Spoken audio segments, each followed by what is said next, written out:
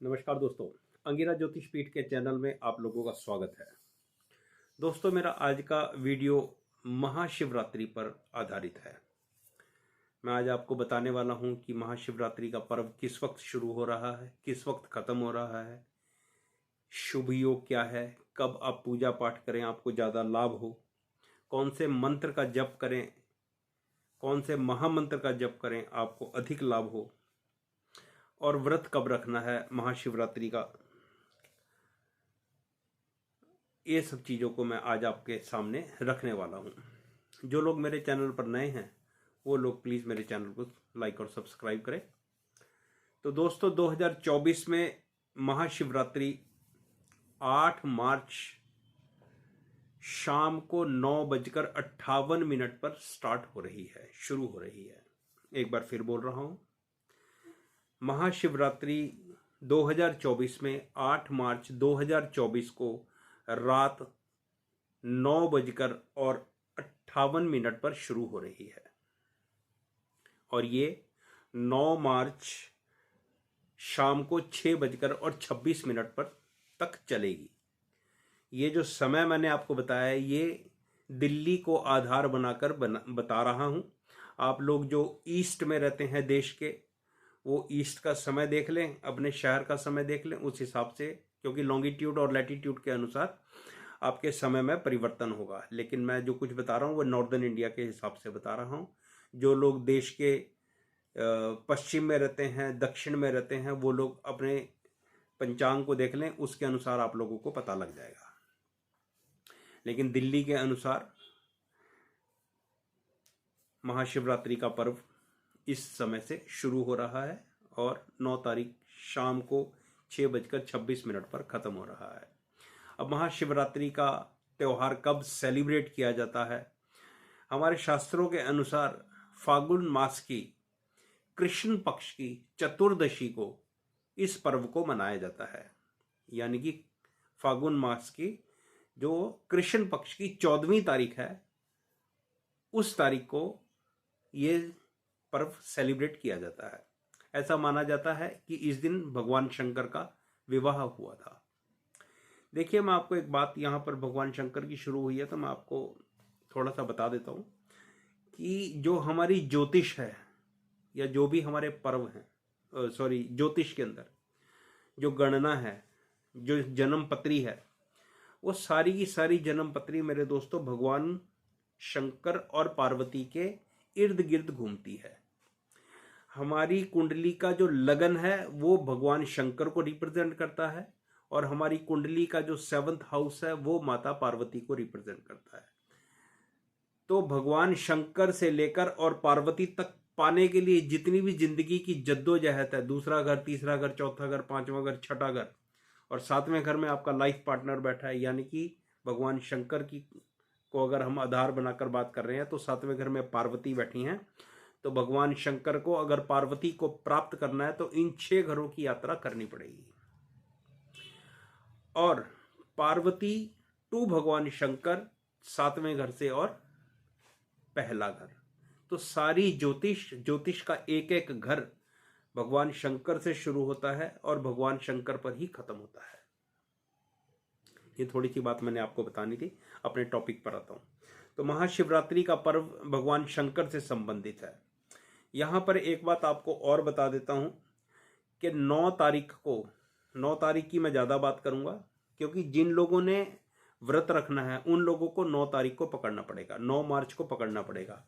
आप लोग अपना व्रत 9 मार्च को रख सकते हो, क्योंकि उस दिन सुबह से लेकर और शाम तक महाशिवरात्रि चल रही है। और आपने भगवान शंकर की महाशिवरात्रि का जो व्रत खोलना है या तोड़ना है वो मैं आप लोगों को बताना चाहूँगा कि शाम को 6:26 से पहले पहले खोल लेना, क्योंकि शाम को 6:26 के बाद अमावस तिथि लग जाएगी। तो फिर आप जो मर्जी करते रहो।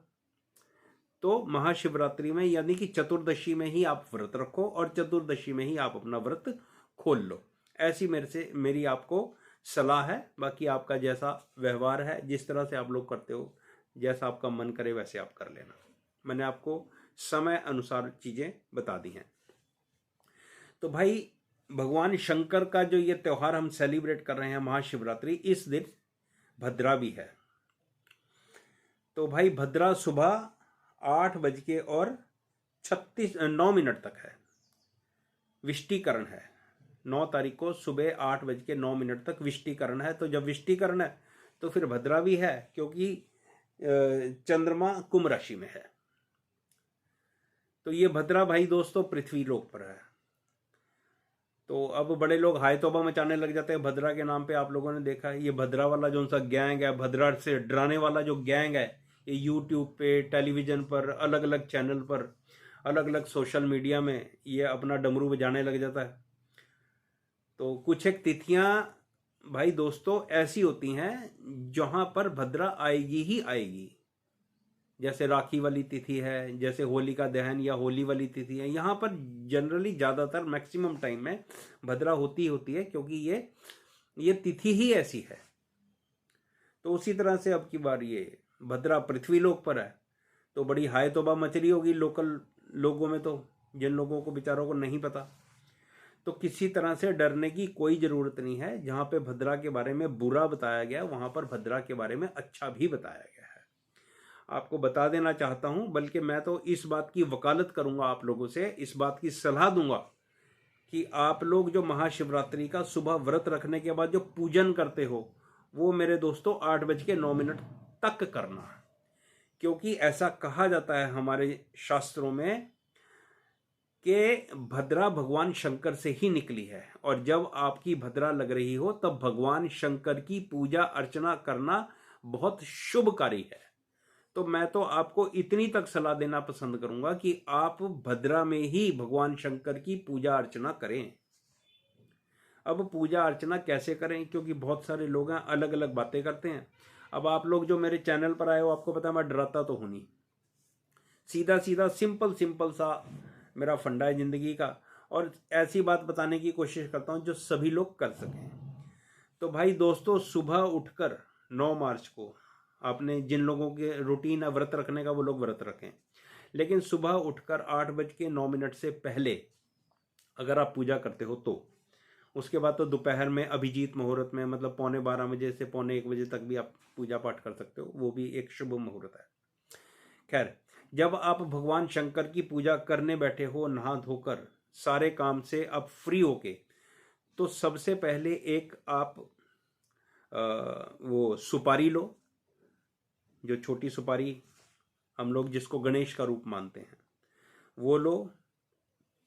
उस सुपारी के ऊपर आप मौली को बांधो, और ये मौली को बांधते हुए आप मंत्र का जाप करें। जिन लोगों को ये मंत्र आता है वो लोग इसका जाप करें। वक्रतुंड महाकाय सूर्य कोटि समप्रभा निर्विघ्न करो मे देवा सर्व कार्येषु सर्वदा। जिनको ये मंत्र आता है वो इस मंत्र का जाप करें, और जिनको ये नहीं आता वो लोग मौली बांधते हुए ओम गण गणपत्याय नमः, ओम गण गणपत्याय नमः, ओम गण गणपत्याय नमः। तो सबसे पहले भगवान गणेश की आराधना, उनका आह्वान करके इस तरह से उस सुपारी पर मौली बांधकर उसको या तो स्वास्तिक के ऊपर रख दें, या थोड़े चावल ले लें, चावलों के ऊपर रख दें, या आपके घर में जिस तरह से आप पूजा पाठ करते हैं उस तरह से करें। उस पूजा स्थान पे इस सुपारी को रख दें। उसके बाद बिल्कुल एकाग्रचित होकर बिल्कुल शांति से, मोहब्बत से सिर्फ और सिर्फ भगवान शंकर के मंत्रों का जप करें। उनमें एक मंत्र बहुत पॉपुलर है, आप लोगों को भी आता होगा, ओम नमः शिवाय, ओम नमः शिवाय। ये बहुत ही आसान और बहुत अच्छा मंत्र है। एकाग्रचित होकर आप इस मंत्र का जितना ज़्यादा से ज़्यादा बार आप जप करो, पाठ करो, सब आपकी श्रद्धा भक्ति के ऊपर है। ये माला मूला के चक्कर आप एक साइड में रख दो, नहीं तो आप माला ही फेरते रहोगे और कुछ नहीं मिलने वाला। बिल्कुल मन से 1 घंटा, आधा घंटा, 40 मिनट, 45 मिनट, कुछ जरूरत नहीं है माला की। जितनी देर आप श्रद्धा भक्ति से आप ये मंत्र का जाप कर सकते हो उतनी देर तक करते रहो। दूसरा मंत्र जिसमें मेरी बहुत ज़्यादा श्रद्धा है, बहुत ज़्यादा विश्वास है, मैंने इस मंत्र के अच्छे रिजल्ट्स देखे हैं। पर्सनल तौर पर बता रहा हूँ, मैं वही बातें बताता हूँ जो मैं पर्सनल तौर पर मैंने ऑब्जर्व की हैं। वो है महामृत्युंजय मंत्र। ओम त्र्यंबकम यजामहि सुगंधिम पुष्टिवर्धनम उर्वारुकमेव बंधनान मृत्योर्मोक्षी अमामृतात्। इस मंत्र का जितना ज़्यादा से ज़्यादा आप पाठ करो, जितना ज़्यादा से ज़्यादा आप उच्चारण करो महाशिवरात्रि के दिन, उतना आपको लाभ होने की संभावना बढ़ जाएगी। मैंने ये 2 मंत्र बताए हैं। ये मंत्र उन लोगों के लिए और ज़्यादा कारगर सिद्ध हो सकते हैं जिन लोगों की कुंडली में विष योग है।